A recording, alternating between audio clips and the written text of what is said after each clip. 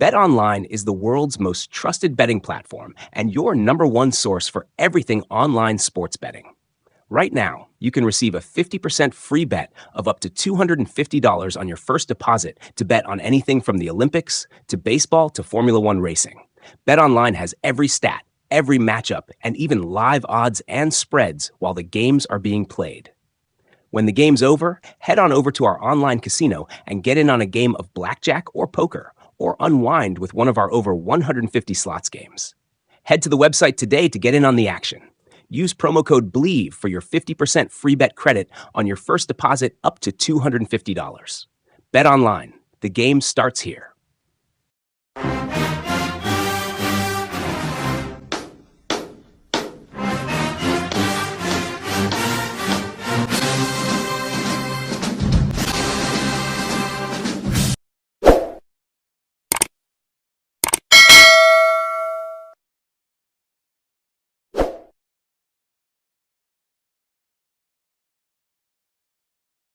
What's up, Tiger fans? The wait is over. It's here. It's time. It's football season, finally. So, welcome to another episode of Tiger Talk TV.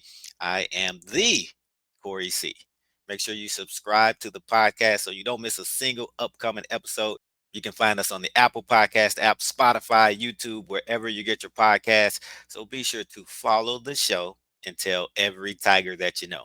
And remember, when you support Tiger Talk TV, it all helps the cause, which is the I love Jackson State University. And I have a special guest here with me to help us kick off the season, to preview our first opponent. He is the voice of the ULM Warhawks, none other than Mike Hammett. Welcome to Tiger Talk TV. Hey, thanks for having me, Corey. Appreciate it, and glad to talk Warhawks any chance I get with anyone. I love it. Absolutely. It's that time. The season has stuck up on us. We've been waiting, and we have the honor, our two teams, of kicking off the season, at least week one, early on the Thursday. So, how's everything going for you in preparation for the game? I'm pretty sure you're pretty busy. It's crazy being a Thursday night game. You know, it's fun from some regards that we get to have Saturday off, the first full Saturday of the college football season, and can actually sit back and enjoy it. But at the same time, yeah, it's thrown everything off with how game prep normally works. And you know, around ULM, we're sitting here. It's a new head coach. I'm working with the new SID this year. I mean, everything. We have a new rights holder for our radio. I mean, everything is new, and so I'm just trying to, you know, stay above water. And you know what? I can't wait for 6 o'clock Thursday night. Not only for the game, but that just means, hey, we're through everything. Now it's time to play football and get after it, and all the stress is gone at that point. Absolutely. So a new era of ULM football. We definitely want to talk about that. But first, let's go back because these two teams obviously met 3 years ago with ULM squeaking out a 12-7 victory.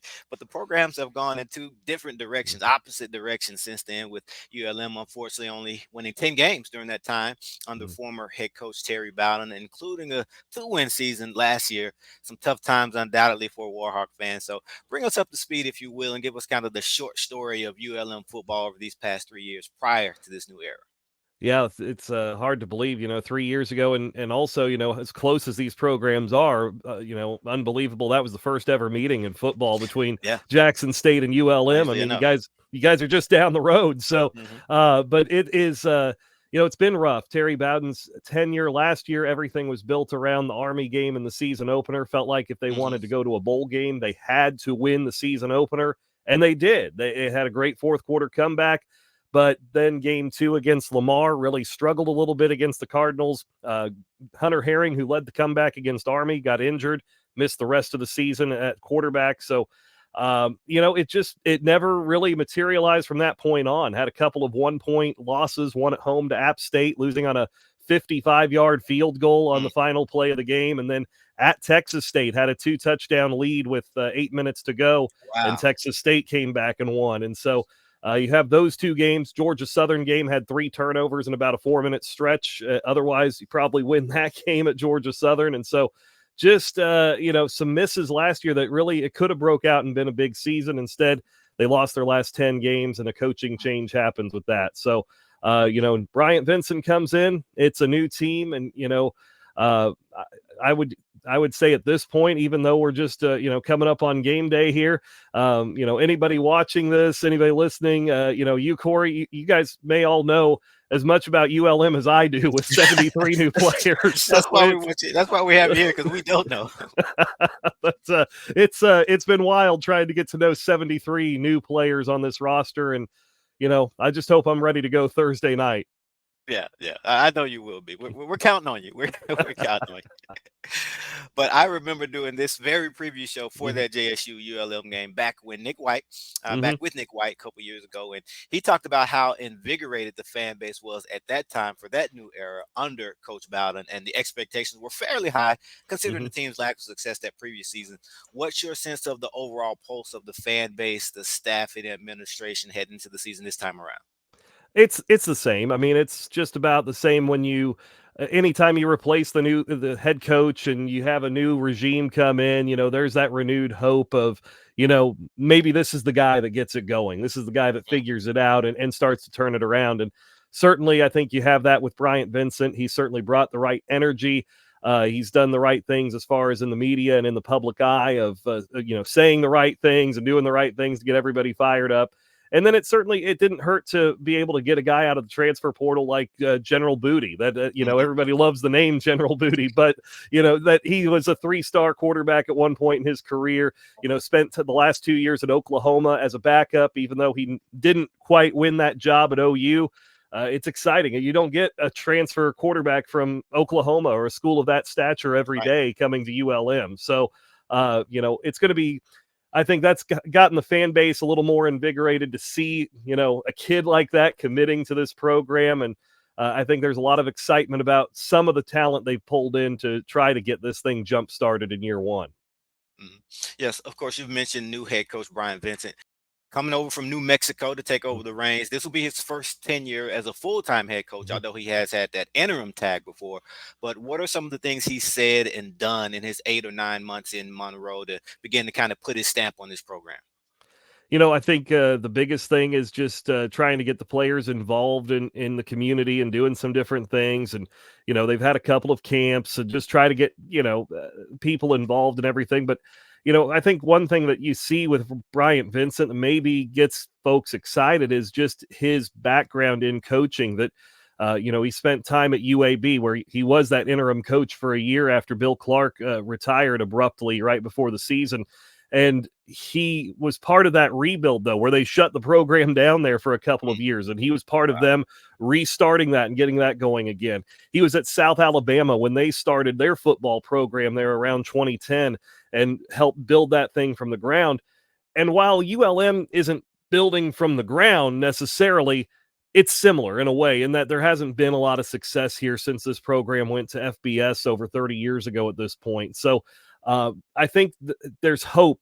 I think that's the biggest thing is you see a guy who's been a part of some program builds, some successful program builds at South Alabama and at UAB. And even though he's not a Louisiana guy, he's a Gulf Coast guy coming from the Mobile area and whatnot. So I think there's a little bit of hope with his connections at the high school level that he's going to get that going. He's got connections throughout the coaching industry. He's able to bring some players from New Mexico with him because they made a staff change as well. So this is, I think, been he's just kind of gone out there and, just to see his energy, to hear him talk about this program. I don't know that it's, one thing in particular that he said that's got folks fired up, but just you can kind of feel that energy coming off of him, that he's here and he knows what he's doing and he's trying to, go. And, there's not many resources here at ULM to get things done either at the FBS level. And so he's trying to, fight through that. And he's got an experience too of fighting through that too and having success. Give us some insight on his personality, his demeanor, and from what he's given away in the media, what would you say will be the ideal identity of a Bryant Vincent football team? I think he's kind of intense, he's not, over the top mean to the media or anything like that, but you can just tell there's a focus and intensity there, a drive. And I think it's going to be a physical football team. I think that's something that stands out, that they wanted to go out and beef up both lines just because I think that's where it starts for him. But also that's how the Sun Belt is. You have to have a good offensive line. You got to have a good defensive line to have success in the Sun Belt Conference. And so That's, I think, where he's really started, is to lay the ground with the physicality. The practices that I've been to, very organized, very, up tempo, just very, attention to detail seems to be there. The guys are locked in. I mean, it is sprinting from station to station. The guys know what the next thing up on the schedule is for practice. I mean, everybody is just locked in, ready to go. And I think he's just brought that intensity, that enthusiasm, that focus, that organization, the discipline that maybe was lacking at times previously here. I think he's kind of brought it all to the table with a little bit of balance. And I think that's going to turn into, hopefully, a team that's disciplined, a team that is physical. I think that's kind of the goal, but we'll see how it looks Thursday night too, being week one and the first game out. That's kind of the key thing there too. Yeah. I've noticed that nobody's listed as the offense coordinator for ULM. And here at Jackson State, our head coach, T.C. Taylor, will be the play caller, which that's been a strength of his throughout his coaching career. He's definitely had a lot of success as an OC, just like with Coach Vincent. Will he be handling the play calling duties on offense for ULM as well? I believe so. He's been, of course, an offensive coordinator in his past. And so that, I think he wanted to hire one. From what I've heard, he had somebody in mind, and then it kind of fell apart. That person, I don't even know who it was, got another offer to go somewhere else. So he's been the guy from day one as far as the offensive guy is concerned. So I think will be interesting. It's been a while since ULM's had a head coach that's also the play caller. I know Matt Viator tried to do it for a year. I think that might have been the 2020 season that he was his own play caller. And otherwise it's always been an OC calling the plays since I've been at ULM. So this will be a new experience this season. Yeah, and ULM struggled heavily in multiple offensive categories last season, only averaging 17 points a game. What would you say are the main things that he's probably looking to correct on the offensive side of the ball? And can you talk about the type of offense he's expected to run? It's going to be interesting what exactly they do, just based on the physicality portion of what he's talked about and done. I certainly expect them to have the focus on running the ball and trying to establish the ground game first and foremost. They brought in some transfers in the backfield too. Taven Curry comes over from UAB, but Hunter Smith's still here. And Hunter Smith was here last season, and a kid that's really done a nice job of improving and had a couple of explosive runs a year ago, and certainly add some depth. I know they've got a high school freshman they're possibly looking at getting, a true freshman coming in that may get some time in the backfield as well. So it's going to be, I think, a group that they're wanting to run behind that offensive line. But, the benefit of what the transfer portal is now and everything, that he came in spring ball and brought some new athletes in for spring ball, but came out of it and said, we need improved quarterback play. What we had in spring ball is not good enough. And so that's where they went out and got a General Booty to come into this program. They got Reese Mooney to transfer in after he was at Liberty last year, transferred to North Texas for the spring, and then transferred to ULM for the fall. So, he added some depth in the quarterback room. I thought that was the biggest thing, is he just saw, it's not there. And so General Booty's kind of the key to this thing. He can run and throw, and certainly is a better passer than what ULM has had previously as well. So I think they're looking for a balance on offense, but I think it's going to be ground focused, and that's where they want to have most of their success first and foremost, is on the ground. Absolutely. And the team also struggled on defense in 2023. And I know Coach Vincent brought in a first-time defensive coordinator, Ernest Hill, from UAB. I noticed some players coming over from UAB as well, and that's kind of his stomping ground. So I'm not surprised there, but that Alabama area. But I know he coached in the secondary, Ernest Hill. What are some of the biggest defensive struggles from last season that they'll need to improve? Last season, it felt like there were so many times it got to third down, fourth down even, and just couldn't get off the field. Give up, it could even be 3rd and 13, 3rd and 14, and they'd give up the first down. And it's just demoralizing from a defensive standpoint that you got somebody in 3rd and long, or you got a critical fourth down that somebody's going for, and you can't make the stop. It felt like at times it wasn't quite as physical as it needs to be up front, and they've addressed that to a degree. And it's going to be interesting to see what exactly they do defensively. I think it's looking, just based on the roster and whatnot, I think it's looking like it's going to be more of a 3-man front for ULM. But I think, Ernest Hill, like you said, he's got that experience in the secondary. Him and Coach Vincent worked together at UAB, and there's guys that they coached at UAB that were still hanging around, I think, for Coach Dilfer's first season over at UAB. And now Coach Vincent got that head job after being their interim coach. I think a lot of them saw that as an opportunity. Hey, I love this guy. I want to go play for him. I think that speaks volumes for both of those guys, that there's defensive transfers from UAB too that wanted to come play for Coach Hill. So I'm interested to see how that side of the ball works. Offense is fun and everything, but I think that's the biggest key to ULM is, can they make that improvement defensively? It didn't feel like they were far off last year. It was just they got to get off the field. They did a good job of holding teams at third downs and fourth downs, but just couldn't find a way off the field sometimes. Mm-hmm. And talk about how Coach Vincent rounded out the rest of that staff. Who were some of the coaches he brought in, and was it a complete overhaul or were there some holdovers?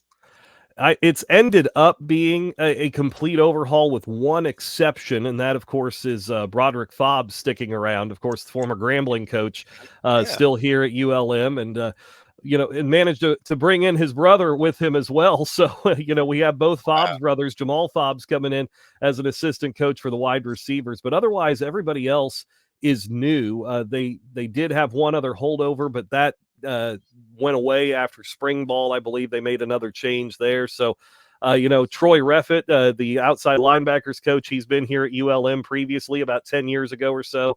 He comes back, Davern Williams up front on the defensive line, Sammy Joseph with the corners, Alec Osborne comes in to help with the inside linebackers. I think it's a good, defensive staff, especially if Coach Hill handling the safeties as well. And, offensively, to have a little bit of carryover there with Broderick Fobbs, but, and Jamal coming in too, I think it, not only helps from continuity from having Coach Broderick Fobbs stick around, but it also helps from a local connection as well, because they're Monroe guys. And, so it helps to have them in here and kind of help build that connection in Monroe and Northeast Louisiana, to see some guys that grew up here and are still part of this program. So, I'm interested to see how this staff comes together. I think it's a good staff, but of course, we'll see how the results play out over time. But, this is, I think, a good starting point for Coach Vincent. Right. And Mike, can you talk a little bit about this 2024 ULM roster, the subtractions from last season and the additions this season? Are there a lot of players from that 2023 team no longer on the roster, whether it be due to graduation or just the transfer portal? There's a lot gone from last year's team. There's 72 new players on this year, or 73, I think now, on this year's roster, and it's a lot of transfer portal guys. There's some high school recruits in there too, but the main ones that are back, Elijah Fisher up front on the offensive line returns. Jay Mickle also saw some time last year. He's back up front on the offensive line, and I think both of those guys, Elijah definitely will be a starter. He's kind of emerged as one of the top offensive players. I think Jay Mickle's certainly in play for one of the other starting spots on that offensive line. To look around at the rest of the roster, though, I mean, Hunter Herring's back after getting injured last year, but he's been buried a little bit on the depth chart with the additions they brought in at quarterback. So I think he's going to be probably somewhere around the 2 or 3 spot on the depth chart at quarterback. We'll see when that comes out. Just kind of the feel I have anyway so far. But, and defensively, it looked like they were going to keep Aiden Huntington, who was fantastic last year on that defensive line. He stuck around through spring ball, and then after spring ball, hit the transfer portal, and he's at Tulane now. But they held on to a few guys here and there. Carl Glass, I think the big one defensively, another Monroe kid, a Washita product that started off his career at Harding, came back home as a walk-on, and built himself from a walk-on to being the media day representative this year for ULM, and has earned a scholarship a couple of years ago. And he's kind of the guy that has drawn that attention. Trevor Randall's back in the linebacking group as well, but otherwise, I mean, it is a lot of new faces across the board. And certainly, when you lose 10 games in a row, I hate to say it, because there were some good kids on last year's team, and I liked them. But when you lose 10 in a row to end the season, I think maybe you need 73 new players to try to help get this thing going again. Yeah, anytime a new head coach comes in, there's going to be some roster turnover, but especially if you only won a couple games the previous Yeah. season. So that was to be expected.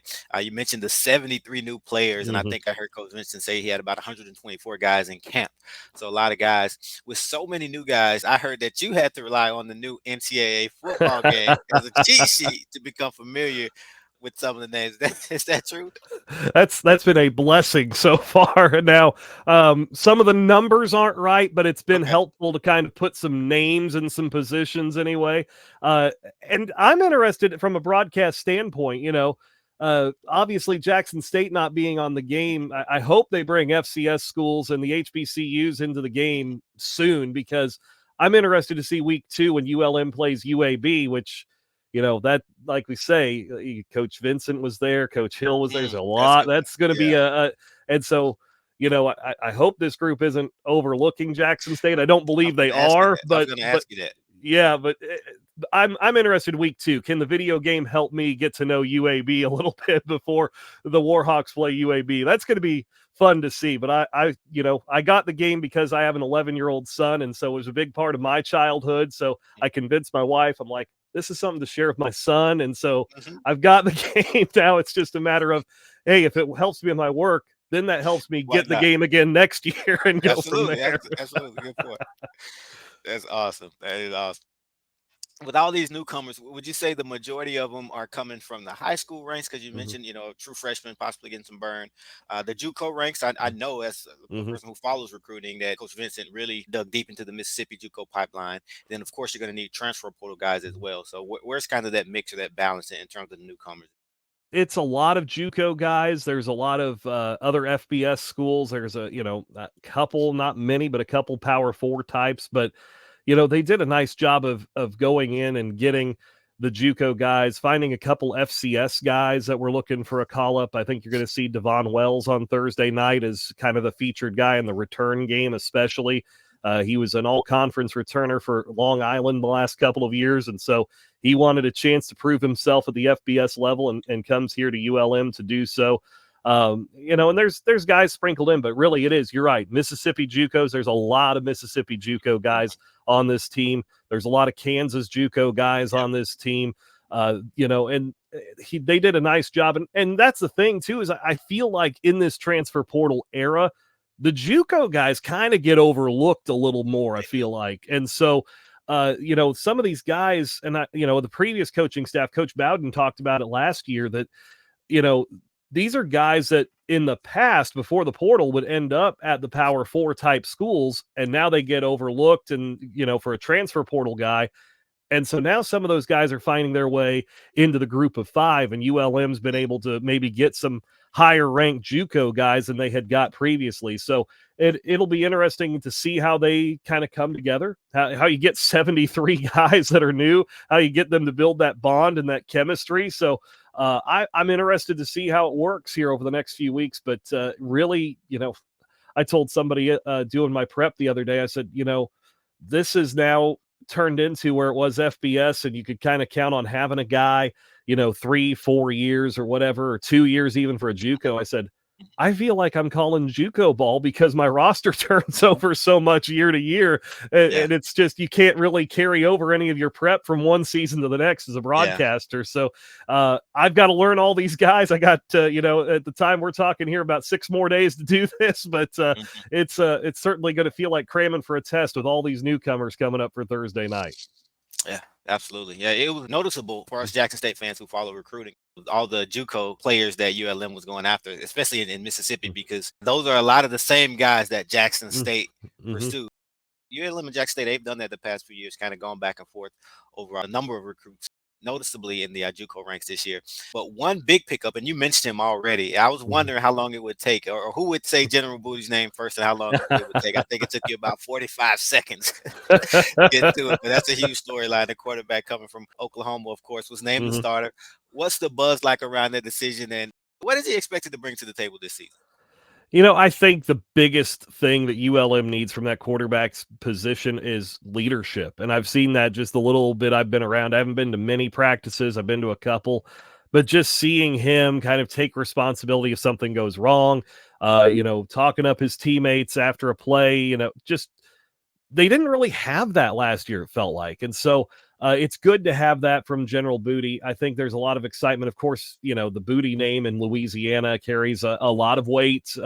His uncle, John David, of course, playing at LSU years ago, but and in the NFL as well. So I think there's a lot of weight. There's a lot of expectations that come with that too. I think people expect him to come in here and have that kind of success, but you got to remember too, it's a guy that, he played in just one game in each of the last 2 seasons at Oklahoma. He's been on the sideline a lot. And so what's it going to take? Hopefully he's able to just dive back in and he's good and ready to go. I know he's been working his tail off this summer, to get acclimated with the receivers and the backs that he has here.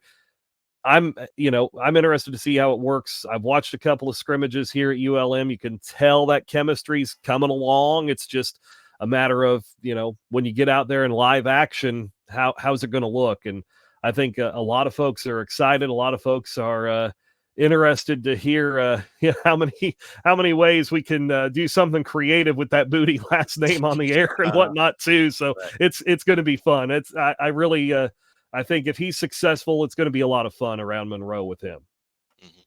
Mike, what was that QB competition really like? Because on the outside looking in, we penciled him in as soon as we saw that he transferred. We said it's no brainer. So was it a true competition? Was he ever in danger of not winning that job? Was it close? I think it was a legit competition. Aiden Armenta, who followed Coach Vincent from New Mexico, really pushed him. I thought Aiden looked great in practices and in the scrimmages especially. And so I think it gives you options. If this doesn't work out in the first few games with General Booty, you got a guy who's sitting right there that can jump in and go. And Aiden Armenta, who really separated himself, I thought, as the number 2 guy. And then Hunter Herring came on late too and looked a lot better as well as he bounced back from his injury last year.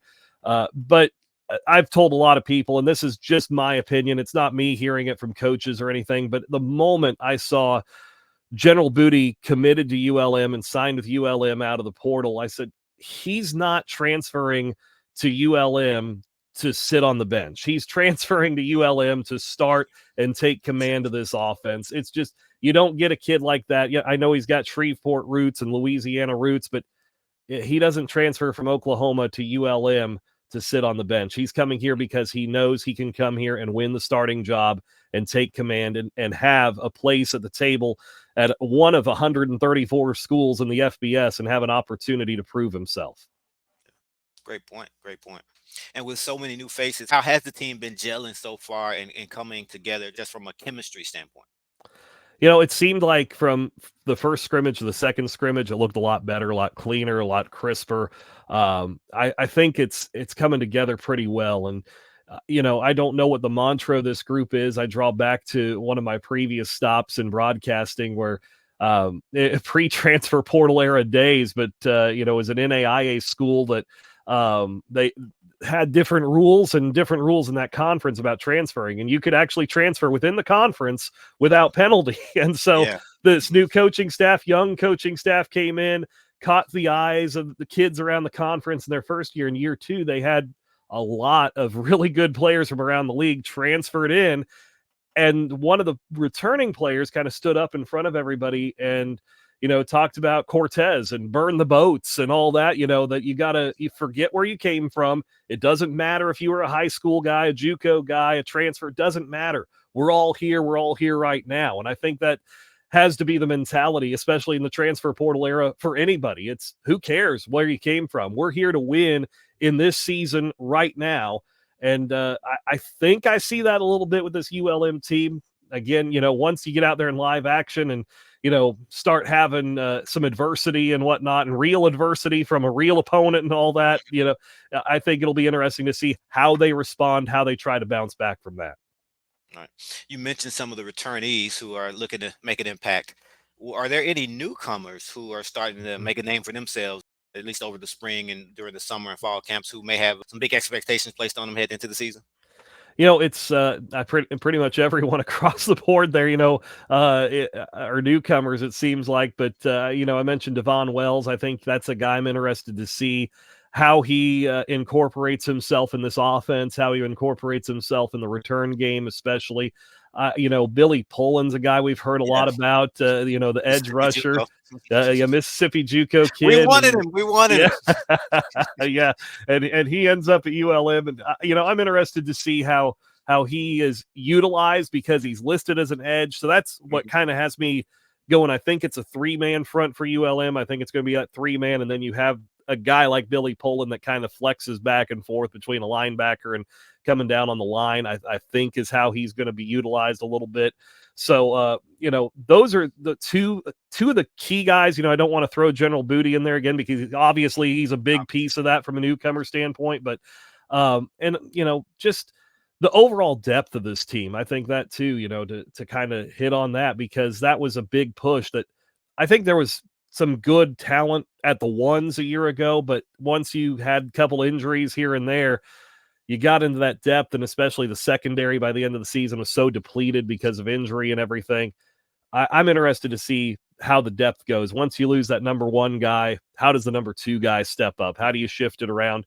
And so I think they've done a nice job of just adding some numbers, adding some talent. I'm interested to see how some of these guys fly around and make plays defensively and, what they can do to help contribute and try to make this offense a little more explosive too on the other side.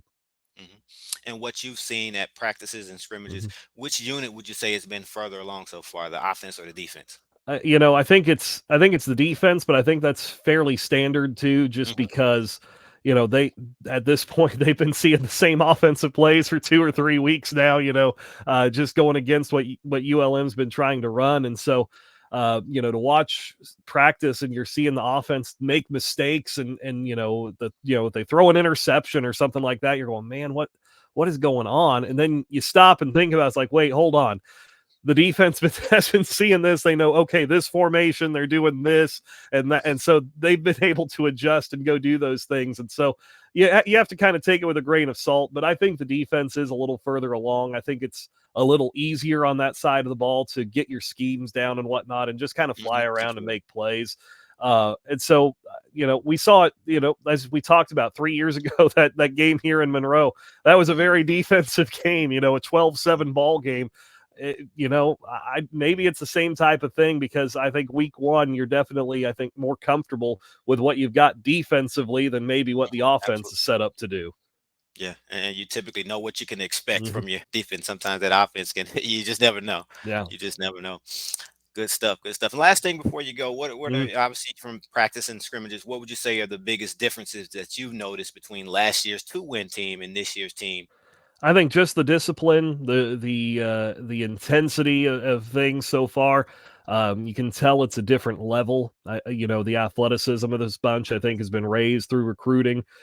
So it's been fun to watch. It's been good to get to kind of see them and how they operate. It's been very organized, very efficient, and trying to get as much in as they can here before Thursday. And now I know, of course, camp's over. It's been over for a week at this point. The focus has been on Jackson State now for a few days at this point. So, I haven't been since it's shifted to that. I haven't been since camp ended, but it's going to be interesting to see how this group prepares, how they get ready to go, and approach game 1. And, it's, ULM, I think a lot of places at the FBS level, you play that FCS opponent in week 1 or week 2 or whenever you play them, and you're just like, okay, that's our win to tune up and get ready and go. And I don't get that sense around this team with Jackson State. I think they take Jackson State very seriously. They know there's a lot of talent there. They know that, even though, TC Taylor's been in charge on his own for a while now, that, the Coach Prime effect is still there. I mean, he elevated what Jackson State's brand was and got them on the national radar. And it's certainly a program to be reckoned with for sure. And so this is, I think, going to have ULM's full attention, even though that big monster in UAB looms in week 2 with some guys looking to get some revenge there. Absolutely. Absolutely. Well, we are looking forward to it. So excited to kick off week 1 of the college football season on ESPN Plus for those who can't make it. 6 p.m. kickoff. The early weather forecast is looking good right now, so we'll keep our fingers crossed. And I do want to ask you, though, how's the buzz surrounding this game on your end? Because the Jackson State fans, they're coming. Right? We're ready to hit I-20. So what is it like on the ULM side? Yeah, I think folks are excited. Now, being a Thursday night, I'm interested to see what the crowd is, being a school night and all that still. So, it is going into Labor Day weekend. I don't mind that going into Labor Day weekend because the students are still around before leaving for the long weekend to head back home. They got one more day of class before they can head back home. So I'm hoping the student crowd's great, but I think the buzz is good, and especially because it is, a regional opponent. We see that, when it's been Grambling coming in here, and we saw it a few years ago, and when Jackson State came in here. It helps to have a regional opponent for that first game of the season too. So I think we're going to see a good crowd Thursday night. I hope we see a good crowd Thursday night. They don't mind the heat, and just think what the heat was a week ago to what it is now. It's not going to be that hot. It's going to be hot. It's August in Louisiana. It's going to be hot and humid. I mean, there's no escaping that, but hopefully folks come on out and enjoy it. And I'm just hoping for a great atmosphere Thursday night. Same here. I really do expect a great atmosphere. And for any ULM fans who are wondering, because I know a lot of Jackson State fans are wondering, yes, the Jackson State Band, the Sonic Boom of the South, will be in attendance. So that will obviously add to the environment. So we're looking forward to it. Also, a fun fact, there will be a few familiar faces on the JSU sideline for ULM. Cornerback Kevrick Wiggins Jr. is a Jackson State Tiger. He started his career at ULM, as well as offensive lineman Evan Henry. He played against Jackson State for ULM a couple years ago, and now he's just on this side, so he's super excited. And also, you called the basketball games as well, right? Yes, yeah. 2 former Jackson State Tigers are now ULM Warhawks. On the men's side, Colte Young transferred over. He's been a starter for most of his career at Jackson State, and then on the women's side, Layla Walker, who the center, she played center for Jackson State, was a rotation player last year, filled in admirably once our backup center went down, and we saw a lot of growth from her throughout the season. So I know she's looking for a breakout season. So it'll be a family reunion of sorts for a few people attending the game. So Mike, thank you so much for doing this. We can't wait to get over there, and we just hope and expect a really, really good football game Thursday night.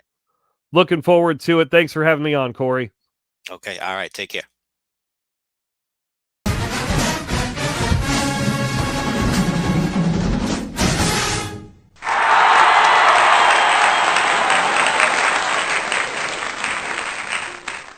Tiger Talk TV is presented by Bet Online.